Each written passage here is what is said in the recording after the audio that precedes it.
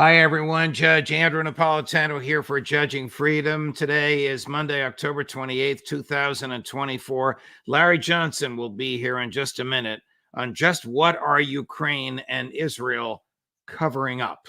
But first, this. A divisive presidential election is upon us, and the winner is gold. Let me tell you what I mean. Since 2016, our national debt has grown a staggering 70%, and gold has increased by 60%. Do you own gold? I do. I bought my gold in February 2023, and it has risen 33%.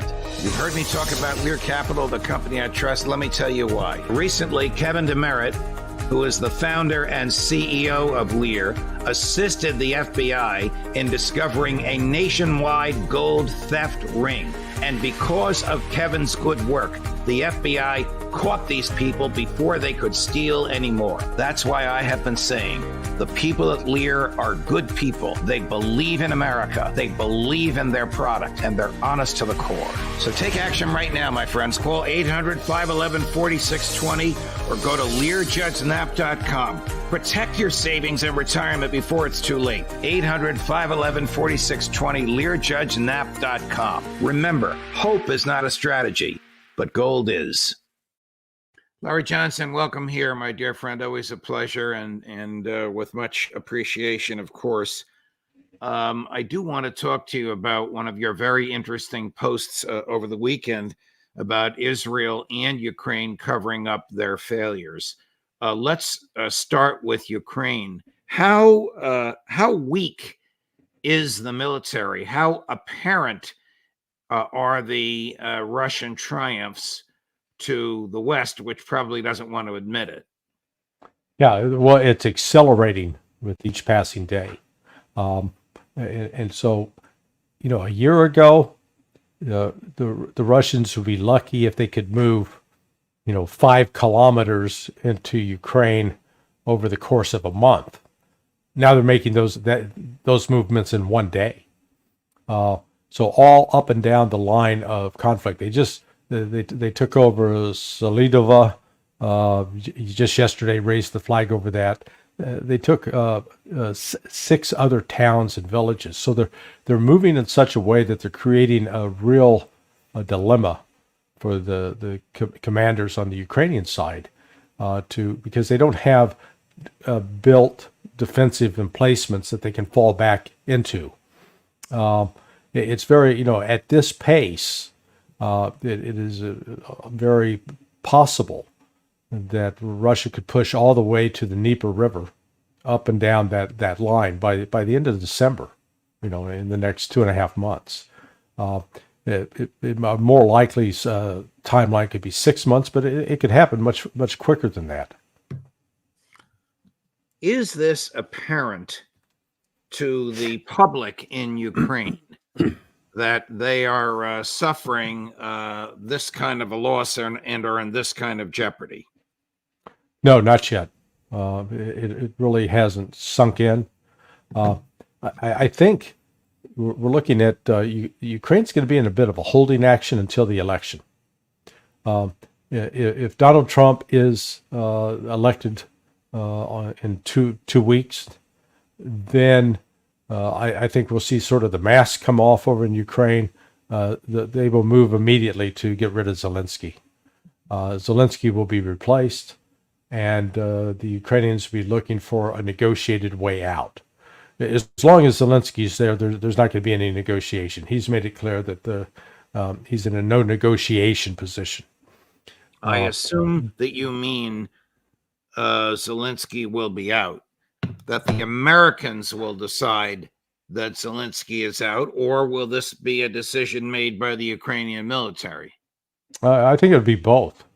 It'll be a combination of the United States, but also we've already seen General Zelensky, who was forced out and exiled to the UK as Ukraine's ambassador. He sort of now resurfaced, and he's talked openly and been interviewed in the press about the fact that, yeah, Ukraine's going to probably have to make some territorial concessions in order to bring this to an end.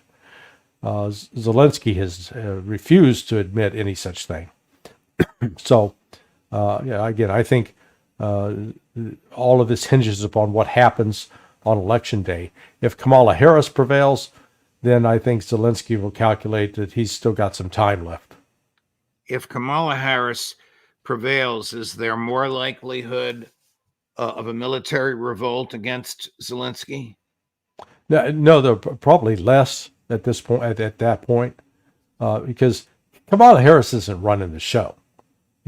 This is being run by a combination of the folks who are so heavily financially invested in Ukraine, the BlackRock folks. Right. I mean, they got billions of dollars at stake. That if Russia wins, they're going to be out a lot of money, and it could be a catastrophic loss for them. So that's part of what's helping drive this war. It's Western money, and to that extent, those financial interests in the United States have enormous influence within the U.S. government, within the Pentagon in particular, and within the CIA. So there's, from the United States, this has nothing to do about truth, justice, in the American way, or promoting democracy in Ukraine. It's all about the Benjamins. Larry, are both wars, Gaza and Ukraine, boondoggles for the American arms industry? Ukraine is, Israel is not. The United States is sort of it's an appendage. We enable it. We make it possible for Israel to continue to carry out these acts, which are, the International Court of Justice correctly notes, are acts of genocide. But Israel is doing what Israel's going to do, regardless of what the United States was. Now, what has been exposed by both wars are the limited depth of the U.S. defense industry. That it's not the behemoth that it was during World War II, where you could, literally produce a plane in a day, and produce an aircraft carrier in a month, maybe 2 months. Now if they're going to produce an aircraft carrier, it's going to take 5 or 6 years. An F-35 jet, it has an enormous lead time to try to build just one, and it's terribly expensive.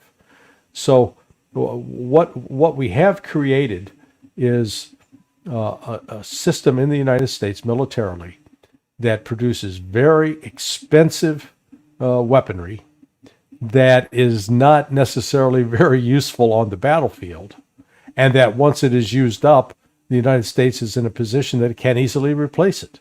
So it really doesn't make any sense anymore from a strategic or tactical standpoint. Take the Patriots, for example. Lockheed Martin, and we've talked about this before, every year produces 550. Well, a recent study, 550 missiles, not separate launchers. So just the missiles that come flying out of the launchers. A recent study by the Kiel Institute in Germany noted that, in fact, to try to take down one Iskander missile, which is a hypersonic missile that is maneuverable from Russia, that a Patriot battery had to fire 32 missiles to bring down one Iskander. Well, just do the math. If you fire 12 of those, 13 Iskanders, all of a sudden the entire year production of Lockheed Martin is gone, and you have to wait till next year. I'm interested in your comments that the war in Gaza is not a boondoggle for the American defense industry. Is that because the Israelis already have so much equipment? Or why is that? I mean, well, surely they would be nowhere without American military equipment, right? Yeah, no. The supply of U.S. bombs to Israel have been, essential for them to be able to sustain their operations of, blowing up hospitals, blowing up mosques and churches, blowing up schools, killing aid workers. Yeah, it's been critical in that regard. But what I mean is the actual.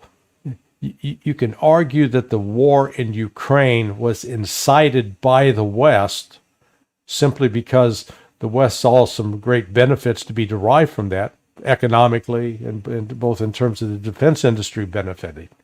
And if you look at the stock price of Lockheed Martin and Northrop Grumman, they've gone through the roof. So they've made out financially. Whereas what's taken place in Israel, the defense industries reacted to Israel's decision to go on the offensive against Hamas and Hezbollah. So yes, they see opportunity where they can get new contracts. But the problem they've run up against is, if the United States turns around and says, okay, we need 155, we need 200,000 155 millimeter shells by next month, can't do it. They'd be lucky to get that by next year, if that. So the financial incentives for the war in Ukraine are much stronger than the financial incentives for the war in Israel. Okay, what is Ukraine covering up, either from the West, from the U.S., or from its own people?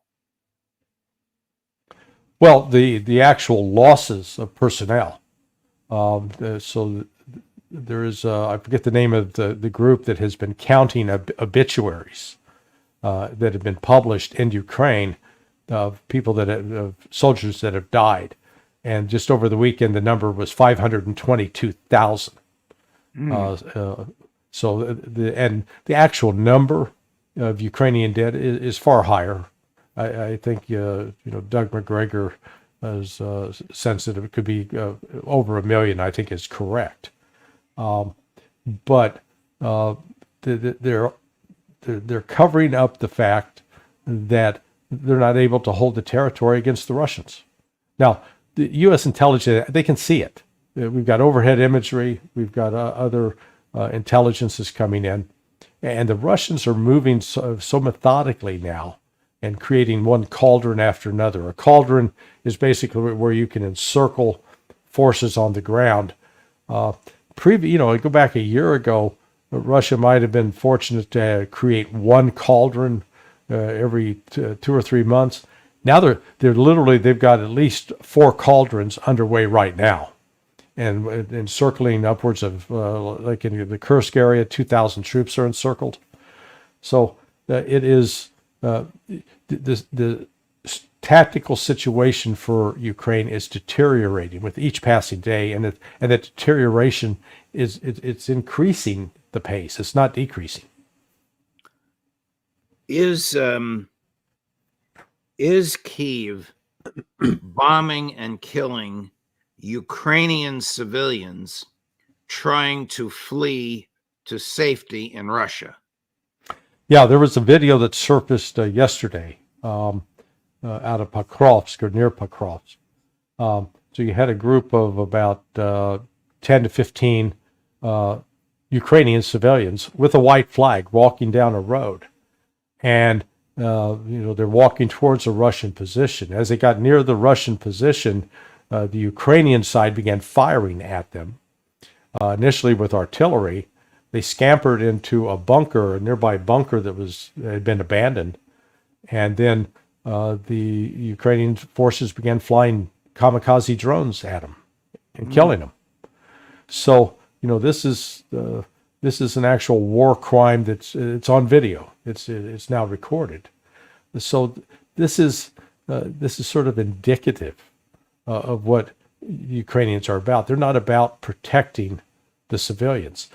With all, here we are more than 2.5 years into this war, and Russia has taken care throughout the entire conflict to not kill or wound civilians. They've taken great risks to try to save civilians and get them out of harm's way. The Ukrainians, though, are not so inclined because they're using their own people as cannon fodder. That's what's becoming increasingly clear, that these soldiers are being thrust into positions without proper training, and then they are retreating at the drop of a hat. This is the situation. It can't be sustained like this for another year. That's not going to happen. So I think we're at a point where this war really is tipping in a way that it is irrecoverable. not only for the Ukrainians, but for NATO. Switching over to Israel, is it true that the Israelis really didn't lay a glove on Iran with their so-called retaliation on Friday and Saturday? Well, if you read the Israeli press, man, it was a massive victory. They wiped out all of Iran's air defense. It's couldn't get any better. But when you monitor the Iranian media, I was talking to one friend who is he's Iranian, but he lives in South America. But he's been in touch with family and friends. He says, "Boy, they're all remarkably calm." It's like, was that it? What happened initially, it looks like, is that Israel intended to use what's called SEAD, S-E-A-D, suppress enemy air defense. So their first wave of attack was to wipe out the Iranian air defense system. Then they were going to bring in the big guns and really go and attack some military sites. That was their goal: precise military strikes. Didn't happen. They did. The Israelis succeeded, I think, in causing some damage to a couple of air defense sites, older air defense sites. But it looks like that the systems that Russia provided were very effective. In fact, they defeated the Israeli wave. I think the Israelis intended for multiple waves of attacks, because I can show you comments from some ardent Zionists early on about, they were so enthusiastic, and oh my God, this is going to be overwhelming, and they've wiped out Iran's air defense, and it's a massive victory. And then 6 hours later, they were going, well, actually, this was a limited attack. Israel didn't want to do much damage. The copium is incredible. Israel actually took a defeat in this, a real defeat, because you can put it side by side. Look at Iran's attack on Israel on October 1st, and the video from the Nevatim air base, where missile after missile after missiles hitting the ground, not being intercepted. And they've got video out of Iran where you can see all the Israeli missiles coming in, and they're getting intercepted. Boom, boom, boom, boom, boom. It looked like a video game being taken out. Did Israel send manned jet fighters or just missiles and drones? Well, their aircraft, they deployed. They admitted they sent over 100 aircraft. Ooh. But it was a limited strike. Okay, can you believe the nonsense of that? Yeah, we got 100 aircraft, but it's a limited strike. Okay, they launched around, or were they shot down? No, they launched from out. They launched their missiles from outside of Iranian territory.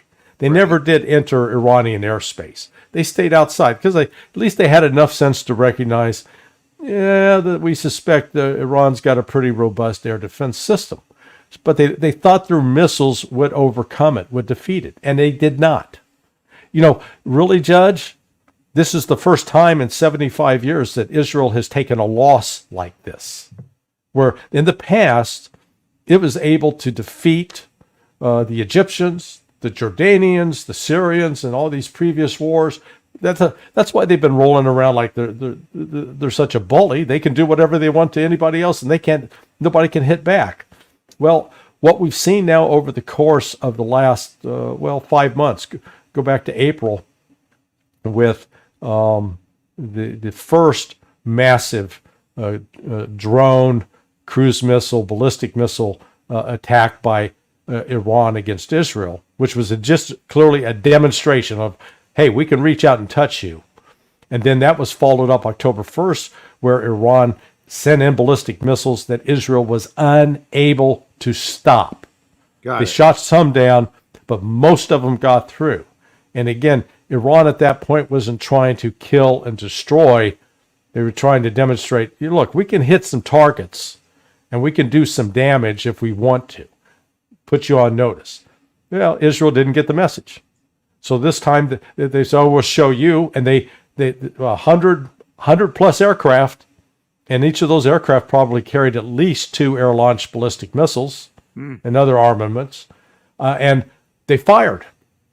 And the Iranians proved that they could, with Russian assistance, could take him down and stop it. Here's, go ahead, Larry. No, I said that's why you're not seeing an outraged reaction by Iran, because they recognize they took a victory, and the rest of the Middle East is noticing this.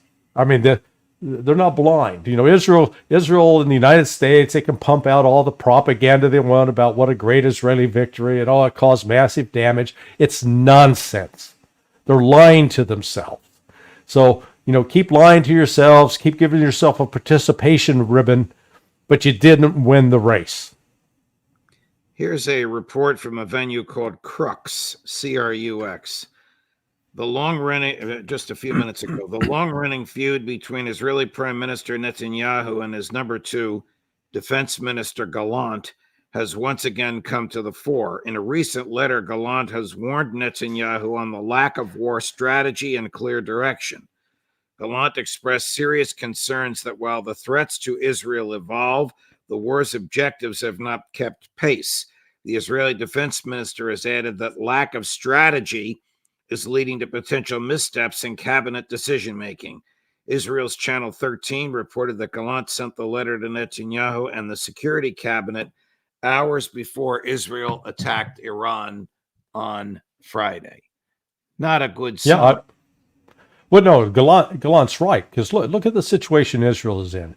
So we're now going on 14 months since they've started military operations in the Gaza Strip. They haven't pacified it. You know, the Zionist dream is that they're going to go in there and they're going to take over the Palestinian territory, that they're going to build resorts, condos, and that they're going to occupy it. They're going to settle it.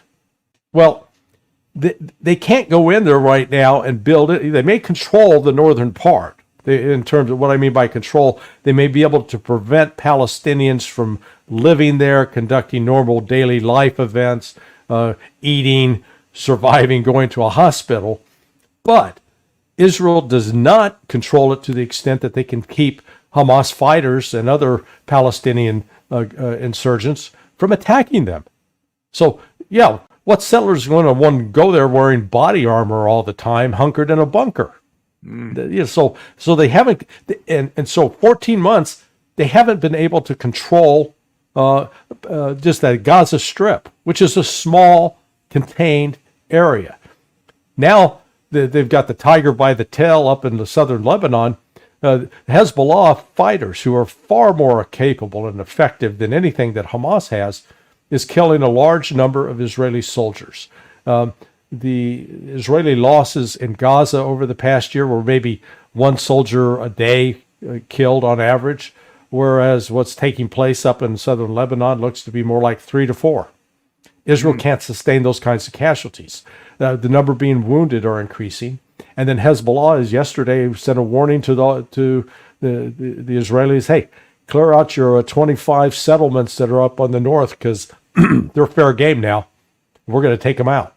As the Ukrainian government is lying to the West and its people, is the Israeli government lying to its own people? Does the average Israeli, well, I shouldn't say average, do Israeli elites and Israelis in the street know how poorly Israel has done in the past week? They believe the lies about the success of the mission in Iran, but they also know that they're having to scamper into bomb shelters almost every day now in places like Tel Aviv and Haifa because of incoming rockets and missiles from Hezbollah in southern Lebanon. So that's undeniable on that front. The contraction of the Israeli economy, that's starting to bite too.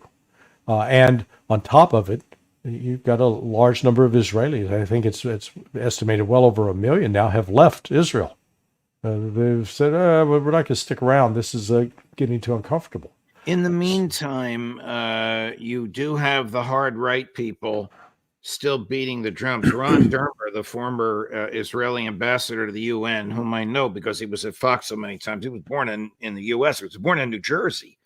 been a confidant of Netanyahu's for his entire adult life, said we have to de-radicalize the Palestinians. Well, what does that mean? Kill them? Yeah. You're going to change their minds by brute force, by slaughtering their neighbors? Yeah, this is not solvable through negotiations, because the position of the Zionists, who are, we've heard it out of, the finance minister, Bezalel Smotrich, said very clearly that the Zionist goal is to not only take over the current land occupied by Palestinians on Gaza and the West Bank, but to take over Lebanon, take over Syria, take over Iraq and Saudi Arabia and Jordan. Now, I mean, you listen to him say that and you think the guy's crazy. But he genuinely believes that, and he's not an isolated voice. These ultra extremists, and that's the only way to characterize them, are convinced that they are fulfilling biblical prophecy and that they are on a mission from God. Only, this isn't the Blues Brothers heading to Chicago. They really believe that they have an obligation to exterminate these people. So this is not like a negotiation over, are we going to serve chocolate ice cream or vanilla ice cream? No, this is about, are we going to allow Palestinians to even live and exist near us? And the Zionist vision is no. They portray, therefore, every Palestinian is a viable target, including little children, including babies, which is why we've seen, I wish I had the video skills. All you got to do, there's so much video out there over the last 2 years. If you put together a clip of every dead child, I guarantee you're going to come up with, objectively, you can count it on screen, of over 10,000 dead children. Heartbreaking. Larry, thank you, my dear friend. Thank you for your extraordinary analysis on both of these issues, devoid of emotion, but filled with your unique understanding and analytical skills. We'll see you again at the end of the week with the old timer. Yes, sir. Well, you have a great week, Judge. Yeah, you too, Larry. All the best, my friend. And coming up later today at 3 o'clock this afternoon, I know he's usually on Wednesday, but he's on Monday this week, Phil Giraldi. And at 4 o'clock this afternoon, all filled with vinegar and you know what, Scott Ritter, Judge Napolitano for Judging Freedom.